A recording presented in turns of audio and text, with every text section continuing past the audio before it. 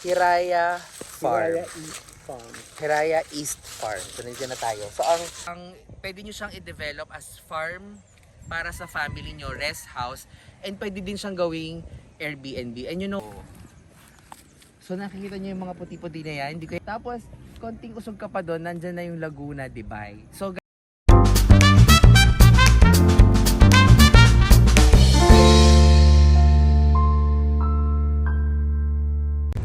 hi guys, welcome back to my vlog. Papunta na ulit kami sa bagong area. Ito naman, pupunta kami sa Baras, 'di ba? Baras to.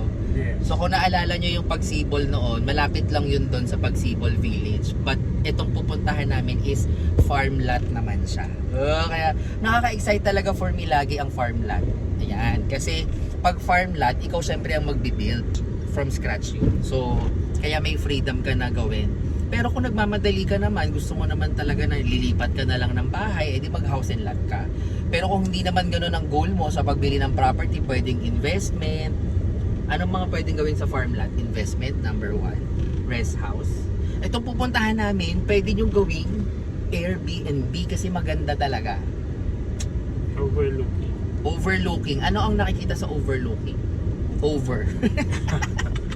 Over sa ganda. Over sa ganda. Yun. Ano? Kasi yung iba overlooking sa ano eh, Laguna, ganyan. Yes, diba? overlooking sa Laguna Litay. Overlooking din ng Laguna, Dibay. So, yun din naman pala. So, mamaya makikita nyo yung pagpunta natin. So, this is located sa Baras, Rizal. Pagka sa Manila noon, itong tumanda-tanda ako, medyo... So guys, nandito na tayo sa may Lagundi. So kakaliwa tayo dito. Okay, meron din sa kabila. Pero dito tayo dumaan kasi may dadaanan kami. So yun talaga yun siya. So this is yung Lagundi. Okay guys, hopefully nakikita nyo. Pero ayan yung mga puting bahay na yan. Then yung Pagsibol guys. Oh, yung tignan oh, ganda oh. Kasi ay mga duplex ka talaga siya oh. Series of duplex. Diba?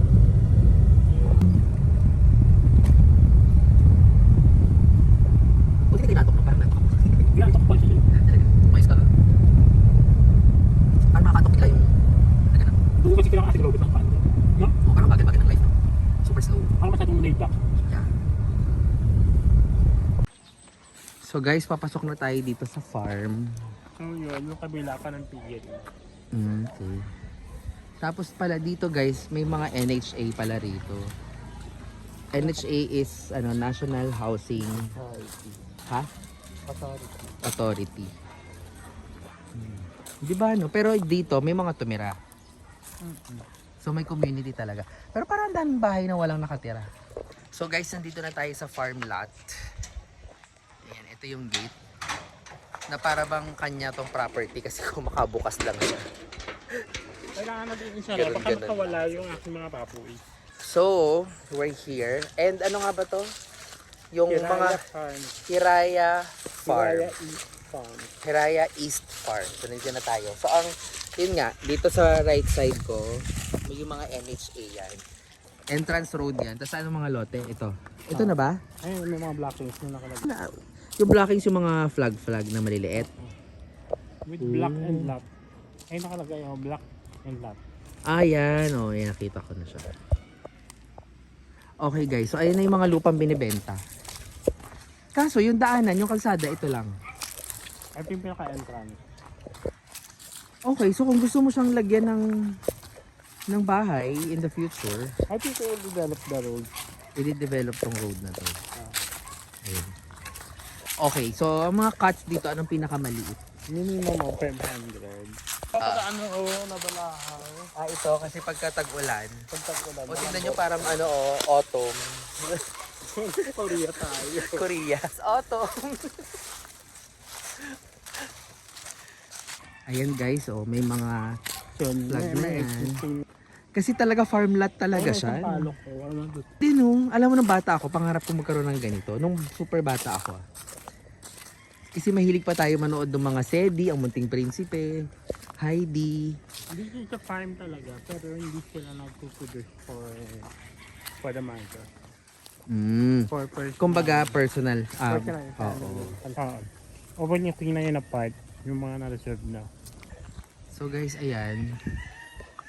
Ito yung actual house sa video natin kaya pinapanood. At ngayon daw ay office na nila. Diba?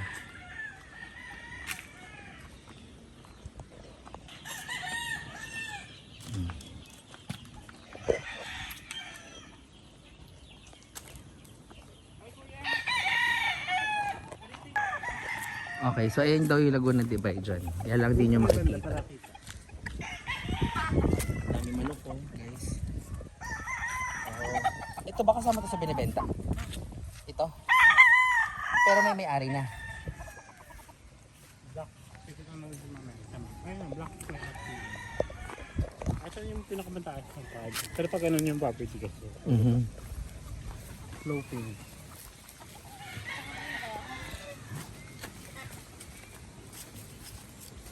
Yo guys! I'm so happy. Ang ganda-ganda ng place. Nandito na tayo sa Hiraya East Farm. Yan. Gusto ko rin dito bumili. Pero mag-iisipan muna namin. So ito guys, dito sa side na to, yan yung Tanay. As you can see, meron dyang NHA. Ayan. National Housing Authority. So may mga nakatira na din dyan. So yan yung view na makikita nyo dito. Tanay. Tapos dito yung maganda din, no? Tingnan nyo, Oh. So nakikita nyo yung mga puti-puti na yan, hindi ko yung nakikita, pero yan yung pagsibol, okay? Tapos, konting usog ka pa doon, nandyan na yung Laguna Divide. So guys, nandito tayo, ito ba yung, hindi naman ito ang highest, pero kita mo yan, 360, may view ka talaga. Kaya lang syempre medyo maraming puno dito, kaya medyo naharangan yung view, pero ang sarap ng hangin, no? As you can see dito, tignan nyo, daming mga manok. Pero ito kasama to sa binibenta. So, simula dun sa nilakad natin kanina, yung pinakita ko sa inyo, puro na mga binibenta yung mga yung mga lupa doon. So, ang design talaga nito guys is farm lot talaga siya. Kaya ang mga cuts ng lupa dito is minimum of 500 square. 'Di ba? Tapos, pwede nyo siyang i-develop as farm para sa family nyo, rest house, and pwede din siyang gawing Airbnb. And you know what, ang nakikita kong vision dito, pwede siyang gawing camping, no? Ang ganda niya for camping. So, yun guys. So guys, yun lang. Ang sarap mo. Grabe, ang ganda. Hanggang saan yung lupang binibenta? Yan, pababa. Hanggang dun pababa, tapos pababa dun sa kabila. Pero ito yung tuktok.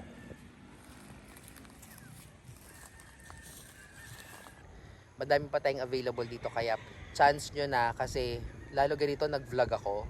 Pag ako pa naman nagba-vlog, alam nyo naman ako very famous. Pag nag-vlog ako, mauubos agad yan. Yeah. Sana all.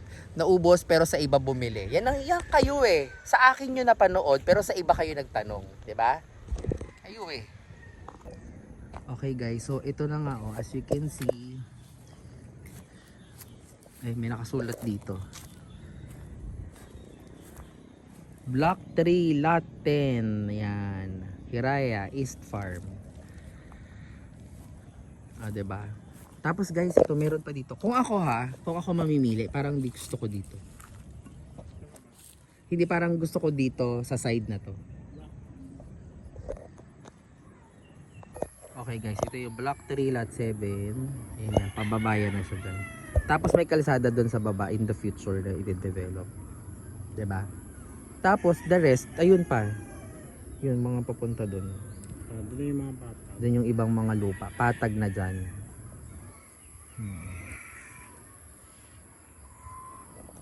Guys, meron pa dito sa tuktok. Ito yung tuktok. Meron pa dito. Kung gusto nyo kumuha na, ngayon na ang pagkakataon. Kasi baka ubusin ko to. Feeling. Block 3, Lot 2.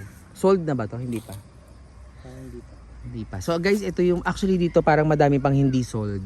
Pero dun sa kabilang side, yung sinasabi kong gusto ko, doon maraming sold, no? Doon sa view ng Laguna Divide. Dito, marami pa po dito guys. Pero kahit na masold naman yan, kasi may access pa rin naman kayo doon sa tuktok eh. So, you can still do a lot of things. So anyway guys, balita namin, confirmed ito na balita. Banda doon sa taas, yung may nakabili na dinedevelop na nila for Airbnb, no? So kasi ang nakikita ko dito, ang nabivision ko dito is para siyang Airbnb, camping. Ganda pag naglagay ka ng mga tent, 'di ba? Ganda niya. So ito yung kalsada pabalik doon sa pinarkingan natin. Yan o. Amoy na amoy talaga yung farm kasi amoy kambing. So hopefully na enjoy nyo po yung aming vlog na simula pa alauna kanina nagdadaldal na ako. Ano na ngayon? 5:30 na. Whew! Hopefully na enjoy nyo guys and see you sa next vlog. Siguro ito na yung magiging direction ko talaga.